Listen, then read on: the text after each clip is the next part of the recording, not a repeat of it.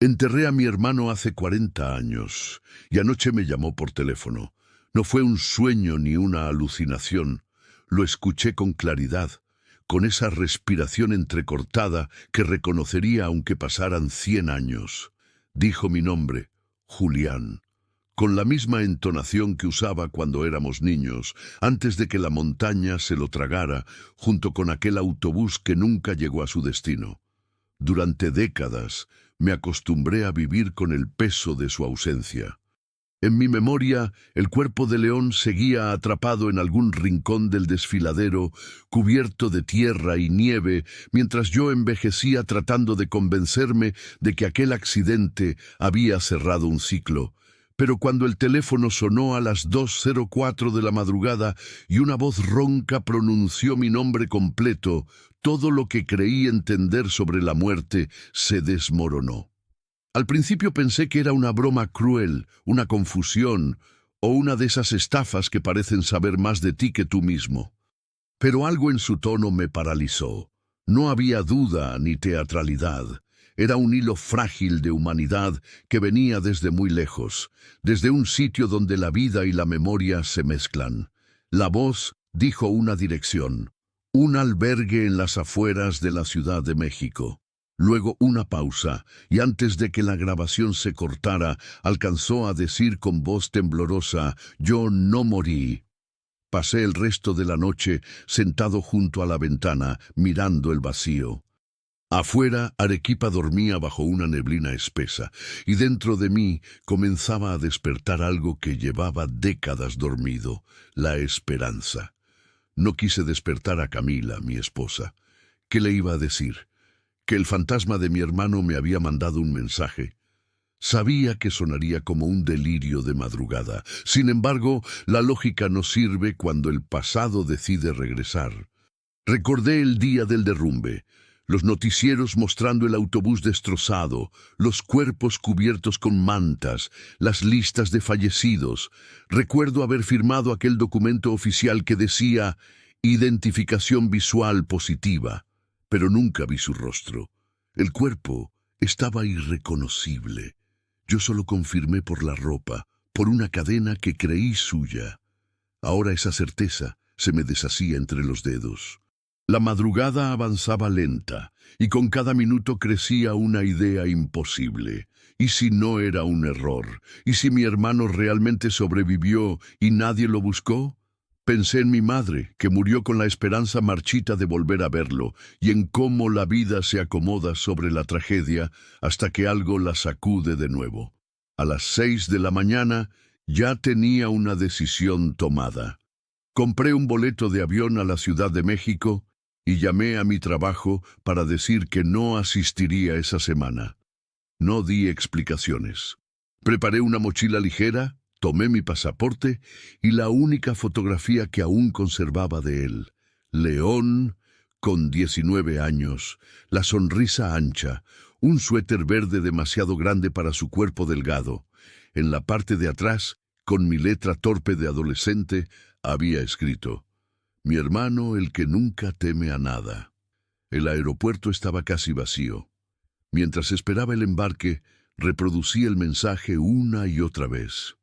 A veces me parecía un sonido humano, otras una voz distorsionada por la distancia y el tiempo, pero cada repetición me convencía más. Esa forma de pronunciar mi nombre no podía inventarla nadie. Durante el vuelo, las montañas andinas quedaron atrás y sentí que cruzaba una frontera más profunda que la geográfica. Iba camino a un encuentro con algo que había negado durante toda mi vida, la posibilidad de que el pasado no termine de morir aunque lo entierres. Al aterrizar en la Ciudad de México, el sol del mediodía caía pesado sobre los techos oxidados. Tomé un taxi hacia la dirección del mensaje, un barrio lleno de calles estrechas, cables colgando y murales descoloridos. El conductor me miró por el espejo. «¿A dónde va, jefe?» «A buscar a alguien que desapareció hace mucho», respondí, sin saber si era verdad o locura. Mientras el coche se internaba entre avenidas sin nombre, entendí que la pregunta ya no era si León estaba vivo. La verdadera pregunta era qué clase de hombre había vuelto del invierno después de 40 años. El taxi se detuvo frente a un edificio gris, con una fachada despintada y un cartel torcido que decía Refugio San Gabriel. El barrio olía a gasolina, sudor y pan recién hecho. La calle estaba viva, pero no de la manera que uno desearía. Niños descalzos jugando entre autos, ancianos dormidos sobre cartones y vendedores gritando precios con voces cansadas. El calor era denso y me costaba respirar. Pensé en León, en si de verdad podría haber vivido allí durante años, perdido entre desconocidos que también huían de sí mismos. Empujé la puerta metálica del refugio y un golpe de aire rancio me dio la bienvenida. Dentro, las paredes eran de un blanco amarillento cubierto de carteles de campañas contra el frío y la adicción. Una mujer detrás de un escritorio levantó la mirada sin sorpresa. Parecía acostumbrada a los que llegan buscando fantasmas. Me acerqué con el teléfono en la mano, la voz temblando entre las palabras. No supe exactamente qué dije, pero bastó mencionar el nombre del albergue y el de León Ramírez, para que ella frunciera el ceño y apuntara hacia el fondo. Está en el comedor. Llegó hace unas horas. No hablaba con nadie. Avancé por un pasillo donde se mezclaban los murmullos de los residentes con el olor del arroz recalentado. Cada paso se sentía como un eco de mi infancia, como si la vida entera se hubiera reducido a ese corredor y al recuerdo de una puerta azul en nuestra vieja casa de Cusco. Me detuve frente al comedor. Había unas 15 personas distribuidas entre mesas de plástico, cada una aferrada a su propio silencio. Y allí, en un rincón junto a la ventana, lo vi. Era un hombre delgado, encorvado, con el cabello entrecano y la piel curtida por el sol y la calle. Vestía una camisa raída y unos pantalones que le quedaban grandes. No levantaba la cabeza. Tenía las manos apoyadas sobre la mesa, inmóviles, como si temiera romper algo invisible. Me quedé observándolo, paralizado por un miedo que no tenía nombre. No podía decir si aquel rostro gastado pertenecía a mi hermano o a un desconocido que lo imitaba sin saberlo. Pero algo dentro de mí, esa intuición que no necesita pruebas, ya lo había reconocido. Me acerqué despacio, sintiendo que cada paso pesaba años. Cuando estuve frente a él, el hombre levantó la mirada. Sus ojos, oscuros con reflejos dorados, me atravesaron con la misma mezcla de ternura y miedo que recordaba del adolescente que fue. La respiración se me detuvo. No hizo falta hablar. En ese instante, los dos entendimos algo que ni el tiempo ni la muerte habían podido borrar. León, o el hombre que decía serlo, sonrió débilmente, una sonrisa que parecía doler. No había sorpresa en su rostro, solo una tristeza profunda, resignada, como si hubiera esperado ese momento demasiado tiempo. Me indicó la silla frente a él. Me senté. Durante varios minutos no dijimos nada. No había necesidad. El silencio era una conversación completa. El ruido de los platos en la cocina marcaba un ritmo distante, casi sagrado. Quise decirle su nombre, preguntarle dónde había estado, cómo había sobrevivido, por qué nunca volvió. Pero las palabras no salían. En su lugar, observé sus manos, llenas de cicatrices, con los nudillos deformados. Eran las manos de alguien que había trabajado, peleado y sobrevivido a golpes. No quedaba rastro del muchacho alegre que soñaba con estudiar veterinaria, el que rescataba perros callejeros y decía que los animales eran más nobles que los hombres. Él fue quien rompió el silencio, con una voz que sonaba como si cada palabra pasara por un filtro de dolor. No me contó todo, apenas fragmentos. Dijo que despertó en un hospital rural sin saber quién era, sin documentos ni recuerdos, que durante años trabajó donde podía, en granjas, en construcciones, a cambio de comida o refugio, que la cabeza le dolía tanto que prefería no pensar. Su historia era una cadena de huecos, de silencios que pesaban más que las frases. Lo escuché en silencio, intentando reconstruir los años perdidos, como si las grietas en su memoria fueran piezas de un rompecabezas que nunca encajaría del todo. Me habló de un recorte de periódico que encontró hace unos meses, de una foto que lo hizo temblar, la imagen de un joven sonriente con mi apellido debajo. Dijo que no supo por qué, pero sintió que debía buscarme, que debía intentarlo. Cuando terminó, se quedó mirándome con los ojos húmedos, esperando algo, una confirmación, un perdón o tal vez un abrazo. Pero yo solo podía pensar en una cosa, que el cuerpo que enterramos no era él, que toda una vida se había edificado sobre un error. Salimos juntos del refugio. El sol de la tarde nos cegó un instante, el mundo seguía igual, como si nada extraordinario hubiera ocurrido, pero dentro de mí todo se había desplazado. Sentí que la realidad se doblaba, como si el tiempo estuviera dispuesto a devolver lo que una vez se llevó. Caminamos sin rumbo por la avenida. No éramos hermanos todavía, solo dos extraños con un pasado compartido y demasiadas preguntas por responder. Y sin embargo, mientras su sombra se mezclaba con la mía en el asfalto, supe que aquel reencuentro no era un milagro casual, era una deuda del destino, una segunda oportunidad para entender por qué algunos regresan del olvido y otros se quedan atrapados en él. Esa misma tarde, cuando el sol caía detrás de los edificios oxidados, lo convencí de acompañarme a una clínica cercana. No fue una conversación, fue una súplica silenciosa. Yo necesitaba una prueba, algo que transformara el temblor en certeza. Durante el camino, ninguno de los dos habló. El ruido del tránsito era suficiente para llenar los vacíos.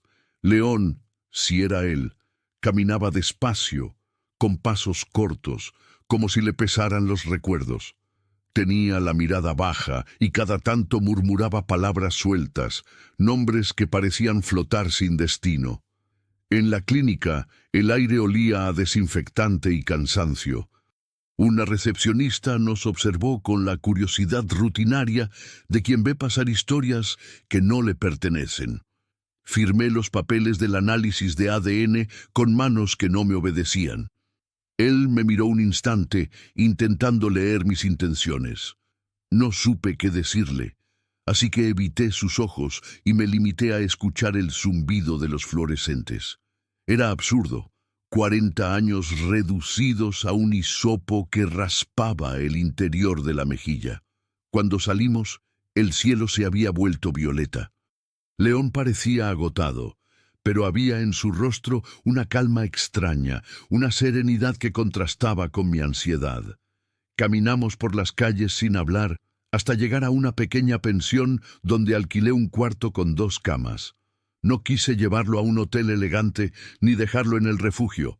Aquella habitación, humilde y limpia, parecía un terreno neutral entre lo que fuimos y lo que podríamos ser.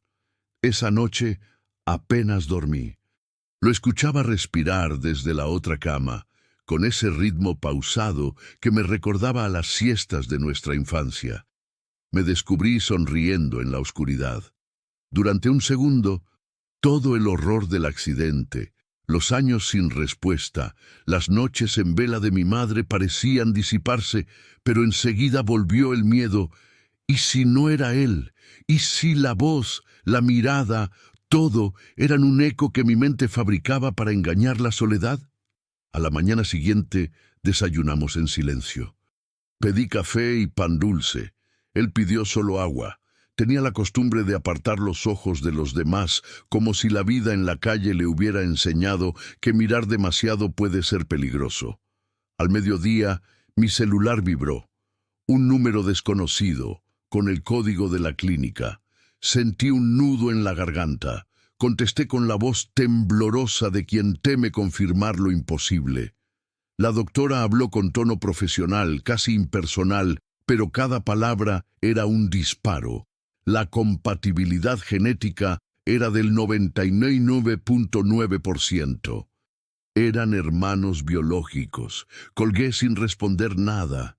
Me quedé inmóvil, mirando la mesa del café, tratando de procesar lo que acababa de escuchar.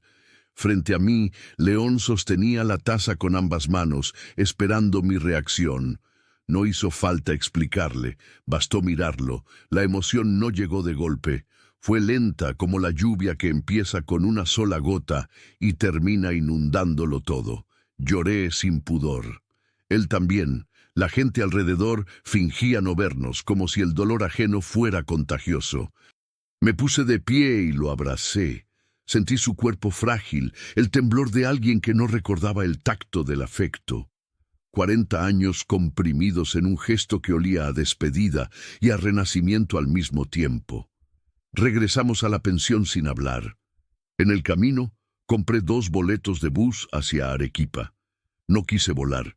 Necesitábamos tiempo, horas de silencio para entender lo que acababa de ocurrir. Él aceptó sin preguntas. Dijo que no recordaba nada de nuestra ciudad, solo el sonido del agua y el olor del pan. Era suficiente. El viaje fue largo. Durante la noche, mientras el autobús avanzaba por la carretera, observé su perfil iluminado por la luz tenue del pasillo. Tenía la piel curtida, las manos agrietadas y una mirada que mezclaba culpa con asombro. A ratos murmuraba frases sin sentido. Nombres, fragmentos de lugares, el ruido de un río, una canción que nuestra madre cantaba al cocinar. Había algo profundamente humano en esa descomposición de la memoria, como si cada palabra fuera un trozo de su alma buscando volver al cuerpo. Al amanecer, mientras el bus descendía por los valles, me pregunté en qué momento la muerte se había vuelto reversible. ¿Qué fuerza retuerce la historia y devuelve lo que creímos perdido? No tenía respuestas, solo la certeza de que aquel hombre, con sus silencios y sus cicatrices, era mi hermano. El mismo que desapareció en el lodo y volvió con la mirada de alguien que conoció el infierno. Cuando por fin llegamos a Arequipa, la ciudad nos recibió con su aire limpio y el olor a pan caliente. León cerró los ojos, respiró hondo y susurró algo que apenas escuché. «Huele a casa». Yo también respiré, y por primera vez en 40 años, el aire no dolía. Cuando el bus se detuvo frente a mi casa en Arequipa, el sol recién empezaba a calentar las tejas. León bajó primero, mirando todo como si fuera un sueño del que aún no despertaba. La calle, el olor del pan en la esquina, los perros ladrando detrás de los portones, todo parecía nuevo para él y al mismo tiempo extrañamente familiar. Se quedó quieto unos segundos, con la mano sobre el pecho, respirando hondo, como si temiera que el aire lo traicionara. Camila esperaba en la puerta. Había insistido en que le explicara todo por teléfono, pero no supe cómo. ¿Cómo se resume un milagro sin parecer loco? Solo le dije que alguien del pasado había vuelto. Cuando lo vio bajar del bus, su expresión fue una mezcla de asombro y miedo. León, en cambio, bajó la mirada, como un niño que no sabe si será bien recibido. Nos abrazamos los tres en silencio, sin palabras, sin explicaciones. Era el reencuentro y el inicio de algo desconocido. Dentro de casa, el ambiente olía a café recién hecho y a incertidumbre. León se sentó en la mesa de madera del comedor y miró alrededor, deteniéndose en los retratos familiares, en los libros, en las plantas junto a la ventana.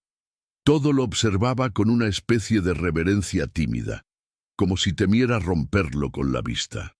«Puedes quedarte aquí», le dije finalmente, «el tiempo que necesites». Asintió sin hablar. Su silencio no era frialdad, era una forma de cuidado. Parecía medir cada palabra antes de soltarla, como si temiera perderla para siempre.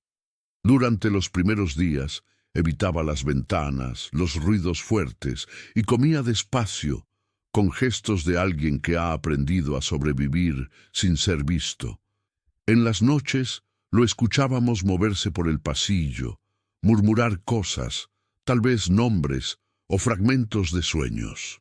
Una madrugada lo encontré sentado en el suelo del corredor, temblando, con los ojos abiertos y el rostro empapado de sudor. Dijo que había visto fuego, nieve y gritos. Luego se disculpó, como si su propio miedo fuera una ofensa. Camila, con esa calma que la caracteriza, le preparaba infusiones y lo acompañaba a caminar por el jardín. A veces, él se detenía frente a una flor o un árbol y los observaba con una devoción extraña, casi infantil. Decía que las plantas no lo juzgaban, que eran las únicas que lo habían acompañado siempre. Yo lo miraba desde lejos, intentando reconciliar las dos imágenes que se superponían en mi cabeza. El adolescente lleno de vida que había perdido hace 40 años, y este hombre mayor, gastado por el tiempo y la calle, que regresaba como una sombra del que fue. A veces, cuando sonreía, lograba ver un destello del León de mi infancia, pero duraba poco. Enseguida su rostro volvía a esa expresión melancólica, como si recordara que no era el mismo. Una tarde, mientras tomábamos café en la galería, me dijo sin mirarme: «No sé cómo ser hermano después de tanto tiempo». Sus palabras me atravesaron. Yo tampoco sabía. Lo único que podía ofrecerle era paciencia. Esa noche, mientras lavaba los platos, Camila se me acercó y habló con voz baja. «Él tiene algo roto por dentro, Julián. No solo en la memoria. Hay algo más, como si hubiera visto demasiado». Asentí sin responder. Había cosas que aún no quería preguntar. Los días siguientes trajeron pequeños milagros. León empezó a recordar fragmentos. La canción que nuestra madre cantaba al limpiar la casa, el olor del guiso de los domingos, el perro que solía seguirnos al colegio. Cada recuerdo lo hacía llorar, pero también lo mantenía despierto. Era como si su mente estuviera reconstruyendo, ladrillo por ladrillo, la casa derrumbada de su pasado. Una mañana lo encontré en el patio con una pala vieja. Había comenzado a remover la tierra para plantar flores. «La tierra me calma», dijo sin levantar la vista. Decidí dejarlo hacer. Al final del día, el jardín tenía surcos nuevos y un aire distinto, más vivo. Por las noches solíamos sentarnos los tres en el porche, sin hablar mucho. El cielo se llenaba de estrellas, y León las miraba como si las contara una por una. Había una paz rara en esos momentos, una sensación de que, aunque el pasado nunca se repare por completo, el simple hecho de intentarlo ya es una forma de redención. A veces lo observaba dormido, con el rostro relajado por primera vez en años. Entonces entendía que, aunque el León de mi juventud ya no existía, el hombre que había vuelto necesitaba lo mismo que todos: un lugar donde descansar, un nombre que no doliera, una familia que no lo olvidara otra vez. Y supe que, aunque la vida nos había robado 40 años, aún teníamos tiempo para aprender a ser hermanos. Pasaron 2 semanas antes de que León pronunciara la palabra que yo evitaba: accidente. Lo dijo una tarde, mientras regaba las flores nuevas del jardín, con una calma que me heló la sangre. «Quiero volver allá», susurró sin mirarme. Sabía que se refería a la carretera en la sierra, el lugar donde su vida se partió en 2. El viaje fue silencioso. Llevamos una mochila pequeña, agua y la vieja fotografía que guardaba desde la adolescencia. León se sentó junto a la ventana del coche, con los ojos perdidos en las montañas que volvían a dibujarse como una herida que nunca cerró. Yo temía que ese regreso abriera un dolor demasiado grande, pero él parecía más sereno que nunca. «Necesito entender», dijo antes de dormir. La carretera subía en espiral, rodeada de eucaliptos y viento. 4 horas después, el paisaje se volvió más árido, como si la tierra recordara la tragedia. Reconocí la curva donde el autobús había desaparecido bajo el lodo. Nada quedaba del vehículo, pero la forma del terreno seguía igual, como una cicatriz que el tiempo no logró borrar. Detuve el auto y bajamos. El aire olía a lluvia vieja y tierra húmeda. León avanzó con paso lento hasta una roca grande que sobresalía del barranco. Se arrodilló, tocó la tierra y cerró los ojos. Lo observé sin atreverme a interrumpirlo. Permaneció así varios minutos, murmurando palabras que no entendí. Luego abrió los ojos y habló con voz temblorosa. Recuerdo el ruido, un golpe seco, y luego nada, oscuridad, frío. Creí que estaba muerto. El viento soplaba con fuerza, moviendo su cabello gris. Continuó. Cuando desperté no había nadie. Escuché agua, quizás un río. Caminé entre los árboles con la cabeza sangrando. Después, luces. Un hombre. No recuerdo su cara. Solo su voz diciendo que me quedara quieto. Guardé silencio. Aquella voz, en su relato, era la pieza faltante, el comienzo de su desaparición. León apretó los puños. Creo que me llevó con él, a un lugar donde trabajaban hombres sin nombre. Había ruido de motores, olor a combustible. Nos daban comida, pero nadie hablaba. Si alguien intentaba huir, no volvía. No sé cuánto tiempo pasé allí. Su mirada se perdió en el horizonte. Una noche logré escapar. Caminé sin rumbo. Luego, nada. La memoria se corta ahí. Me acerqué y puse una mano en su hombro. Sentí el peso de una historia que solo la montaña podía confirmar. Aquel lugar no era solo el escenario de una tragedia. Era un testigo silencioso de algo mucho más oscuro. Nos quedamos en silencio largo rato, escuchando el eco del viento entre los cerros. El sonido era casi humano, como un lamento antiguo. Entonces, León sacó del bolsillo una piedra pequeña, pulida por el tiempo. La encontré aquí hace unos días, cuando vine solo, dijo. Me sorprendió. ¿Viniste solo? Asintió. Antes de buscarte. Necesitaba comprobar que el miedo seguía aquí. Y sí, todavía me tiembla el alma. Colocó la piedra sobre la tierra, como si devolviera una ofrenda. No soy el mismo que subió a ese bus, murmuró, pero quiero despedirme del que fui. Bajamos al pueblo al anochecer. El cielo estaba cubierto de nubes rojas y el aire olía a leña. Entramos a una pequeña posada. El dueño, un hombre mayor, nos sirvió sopa caliente y escuchó en silencio cuando mencioné el accidente del 87. Sus ojos se humedecieron. Sí, lo recuerdo, dijo con voz grave. Mi padre fue uno de los primeros en llegar al lugar. Contó que encontraron cuerpos lejos del bus, arrastrados por el río. Dijo que algunos seguían respirando. Mi corazón se detuvo un segundo. ¿Y qué hicieron con ellos?, pregunté. El hombre bajó la mirada. Eran otros tiempos, señor. Había miedo. Algunos no querían problemas con la policía. Aquí la gente calla para sobrevivir. Esa noche apenas dormimos. León se quedó mirando por la ventana del cuarto, como si esperara que la montaña le respondiera. Antes de amanecer, me dijo en voz baja, tal vez no volví solo, tal vez otros siguen allá arriba sin nombre. No supe qué contestar. Afuera, el primer rayo de sol cayó sobre los cerros, y por un instante el paisaje pareció limpio, casi sagrado. Pero en el fondo, ambos sabíamos que la verdad seguía enterrada bajo esa tierra fría, junto a los años que la montaña decidió guardar para sí. Volvimos a la ciudad con el silencio como único pasajero. El viaje de regreso fue más pesado que el de ida. En cada curva, León parecía volver a caer en aquel barranco invisible del que su mente aún no lograba salir. A ratos cerraba los ojos, murmurando fragmentos sin sentido. Yo solo podía conducir, con las manos sudando en el volante, temiendo que cualquier palabra mía rompiera la frágil línea entre el pasado y su cordura.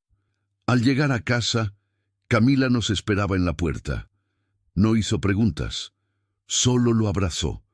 Había aprendido que algunas heridas necesitan brazos, no explicaciones. Esa noche, mientras León dormía, ella me sugirió lo que yo no me había atrevido a pensar. Llévalo con alguien que pueda ayudarlo a recordar sin destruirse.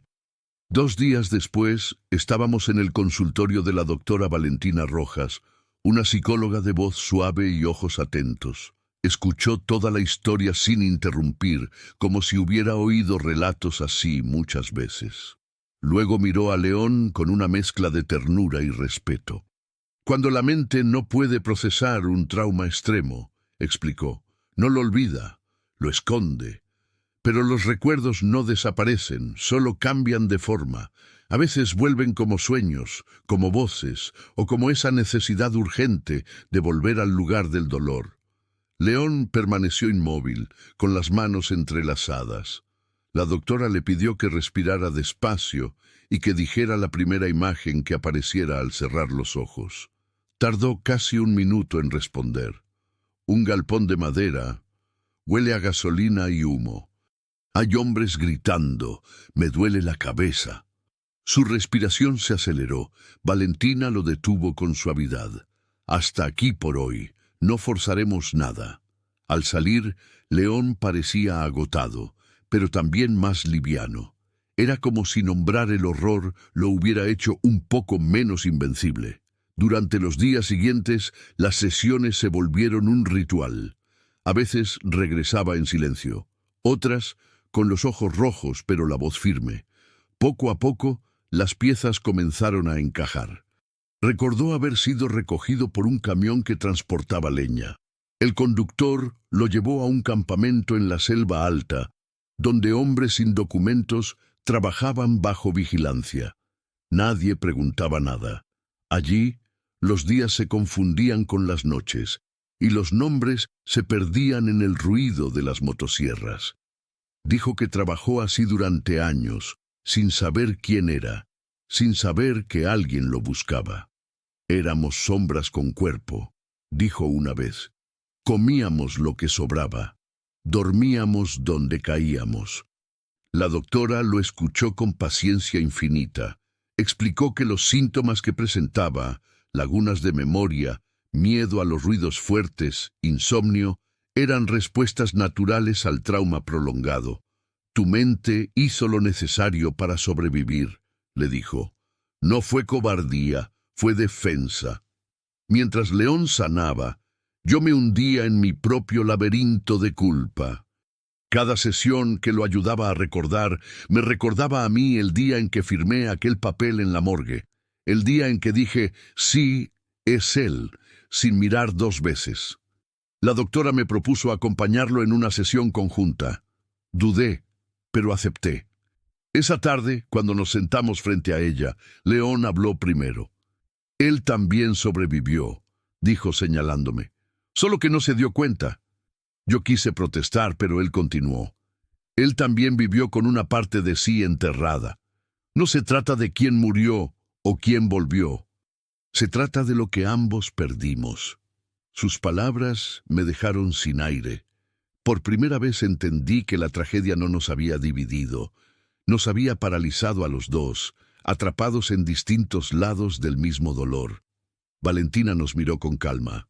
La memoria es un puente, dijo, y hoy ustedes comenzaron a cruzarlo.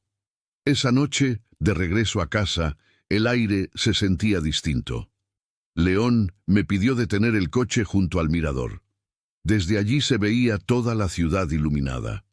¿Sabes qué siento?, preguntó. Negué con la cabeza. Que volví, pero no del todo. Hay una parte de mí que sigue allá, en esa montaña, esperando que alguien la saque. Puse una mano en su hombro. Entonces, iremos por ella, hermano, las veces que haga falta. Nos quedamos mirando las luces hasta que el cielo empezó a clarear. Por primera vez, comprendí que volver a la vida no siempre significa recordar todo. A veces basta con dejar de huir. Han pasado 3 meses desde aquella noche en el mirador. El tiempo, lento y sabio, ha comenzado a poner cada cosa en su lugar. León ya no tiembla cada vez que escucha un trueno, ni se encierra cuando oye motores en la calle. Ahora se levanta temprano, prepara café y riega las plantas que él mismo sembró en el jardín. Dice que la tierra le responde, que cuando la toca siente que algo en su interior vuelve a respirar. Yo lo observo cada mañana desde la galería, con una mezcla de asombro y gratitud. Nunca imaginé que volvería a ver a mi hermano vivo, mucho menos sonriendo. Todavía tiene noches en que los sueños lo sacuden. Se levanta, agitado, murmura nombres de lugares que no recuerda y luego se queda mirando la oscuridad hasta que amanece. Pero ya no se avergüenza de sus heridas. Ha aprendido que las cicatrices no solo están en la piel, sino también en el alma, y que ambas pueden curarse si se les da tiempo y amor. La doctora Valentina continúa acompañándolo. A veces también voy. Las sesiones se han convertido en un espacio donde ambos aprendemos a perdonarnos.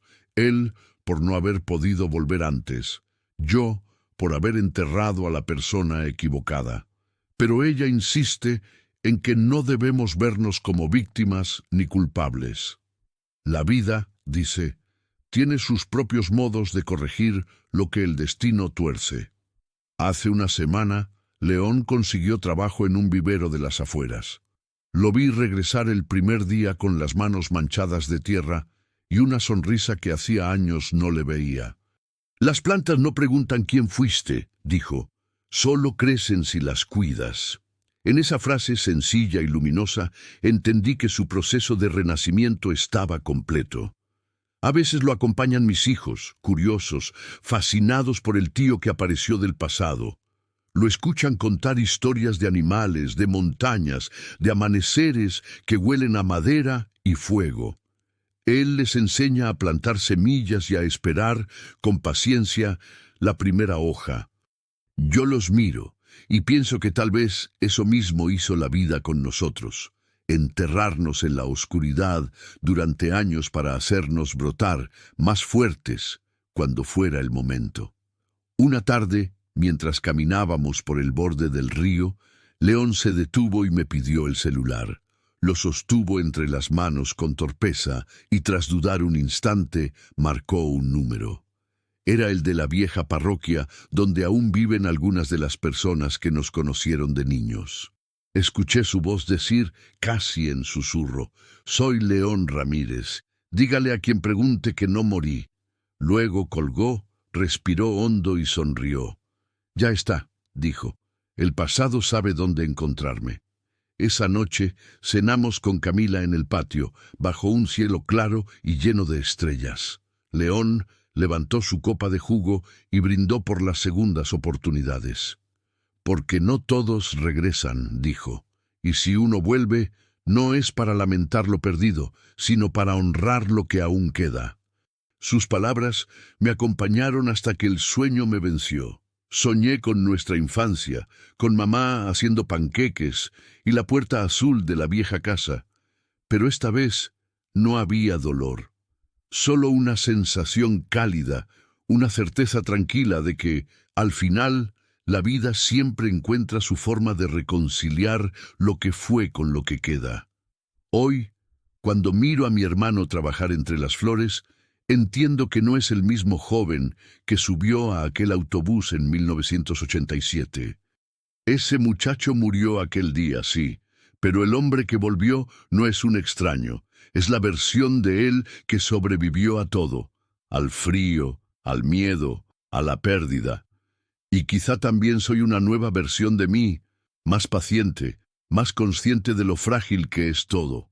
A veces, al atardecer nos sentamos juntos en el porche, no hablamos mucho, no hace falta. El silencio entre nosotros ya no duele, ahora suena a hogar.